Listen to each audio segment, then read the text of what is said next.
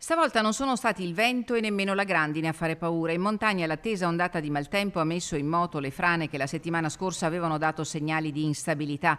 La situazione più critica è il passo Tre Croci a Cortina d'Ampezzo, dove il movimento di detriti e fango a ridosso della regionale 48 ha costretto in via precauzionale l'evacuazione dell'omonimo albergo, di un bed and breakfast e di un condominio. Una settantina di persone sono state trasferite in una palestra di Cortina messa a disposizione dal comune.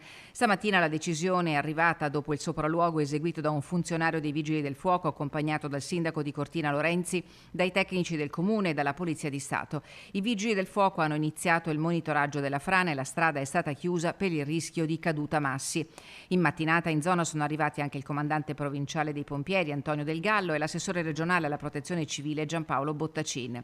Sempre nel comune di Cortina, colata di detriti ad Acquabona di Sopra con esiguo materiale fangoso sulla sede stradale. L'intervento di rimozione è stato tempestivo e non è stato necessario interrompere la 51 di Alemagna. Chiusa per colata di detriti anche la provinciale 33 di Sauris fra Casera Razzo fino al confine con la provincia di Udine e la 48 fra Rio Gere e il bivio Misurina. La pioggia persistente ha rimesso in moto i noti dissesti in comuni di Lozzo di Cadore, in particolare lungo la strada che sale a Pian dei Buoi e fra Pian dei Buoi e Auronzo. I tecnici della difesa del suolo della provincia hanno già disposto la pulizia in somma urgenza sulla strada che con molta probabilità sarà eseguita fra martedì e mercoledì. Interrotta per caduta piante anche la panoramica del Comelico fra Costa Lissoio e Costalta.